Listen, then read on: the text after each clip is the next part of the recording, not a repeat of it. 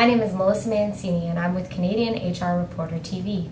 I recently sat down with Rick Caissie, the National Director of Injury Prevention with the Canadian Red Cross. He talked to us about the new CPR guidelines and what they mean for business. The main changes are to do with CPR, for example. There's more of an emphasis on compression-only CPR. It's not a new standard, it's something that was introduced in 2005, but with the new 2010 guidelines, there's more of an emphasis on doing compression only. And basically what that means is you're only compressing the chest, you're not actually doing the breathing as well. And those situations should be used if you are unable, unwilling, don't have a barrier device to do CPR. What do the new CPR guidelines mean for business? Now, how does it impact businesses? Organizations, not all organizations implement these recommendations.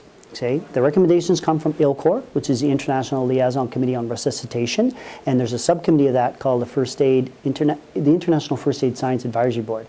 So we get together, we make up all these recommendations, and then we come back to Canada and every area of the country, and we talk about what do these guidelines mean in Canada. So we sat down with other training agencies and we said, listen, this is how we're going to interpret these guidelines, and this is what we're going to do in our training materials moving forward.